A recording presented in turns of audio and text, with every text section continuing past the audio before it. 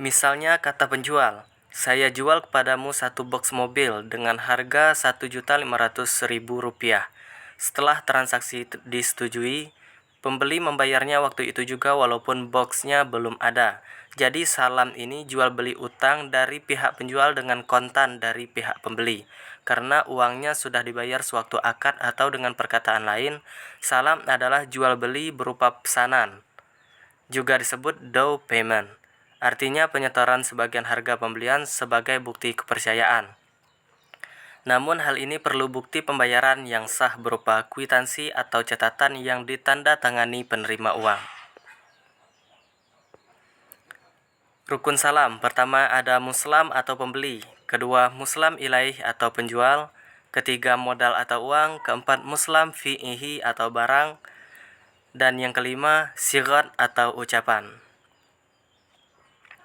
Jenis akad salam. Pertama salam. Salam dapat didefinisikan sebagai transaksi atau akad jual beli di mana barang yang diperjualbelikan belum ada ketika transaksi dilakukan dan pembeli melakukan pembayaran di muka sedangkan penyerahan barang baru dilakukan di kemudian hari. Kedua, salam paralel.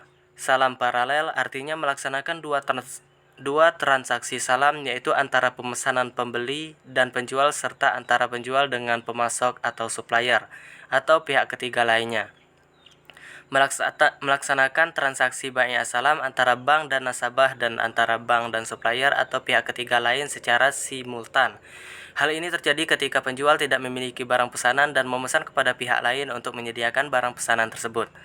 Salam paralel dibolehkan asalkan akad salam kedua tidak tergantung pada akad yang pertama, yaitu akad antara penjual dan pemasok, tidak tergantung pada akad antar pembeli dan penjual.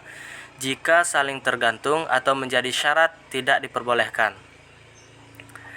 Beberapa ulama kontemporer tidak membolehkan transaksi salam paralel, terutama jika perdagangan dan transaksi semacam itu dilakukan secara terus-menerus karena dapat menjurus kepada riba. Dasar syariah akad salam. Pertama, Al-Quran. Terdapat pada Quran Surah Al-Baqarah ayat 282. Hai orang-orang yang beriman, apabila kamu bermuamalah tidak secara tunai untuk waktu yang ditentukan, hendaklah kamu menuliskannya.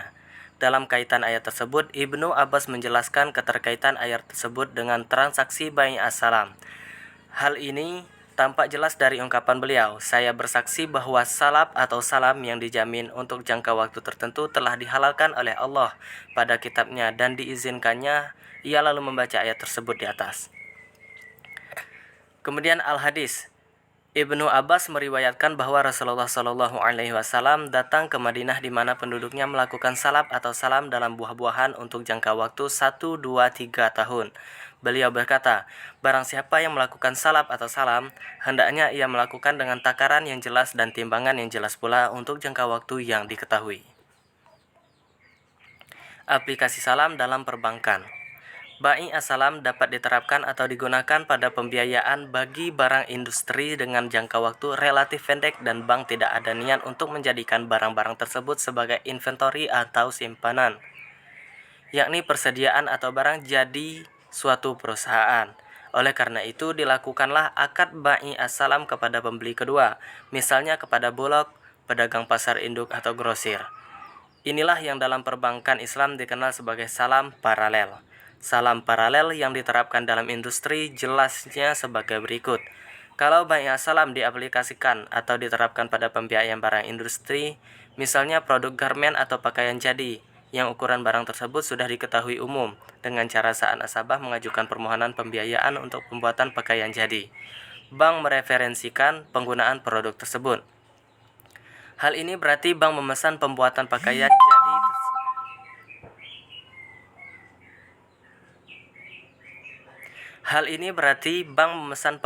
pakaian jadi tersebut dan membayarnya pada waktu mengikat kontrak. Bank kemudian mencari pembeli kedua. Pembeli tersebut bisa saja rekanan yang telah direkomendasikan oleh produsen garmen tersebut. Bila garmen tersebut telah selesai diproduksi, produk tersebut diantarkan kepada rekanan. Rekanan kemudian membayar kepada bank, baik secara mengangsur maupun tunai. Sepertinya hanya itu yang dapat saya sampaikan. Jikalau ada kata yang salah, mohon dimaafkan. Wabillahi taufiq wal hidayah. Wassalamualaikum warahmatullahi wabarakatuh.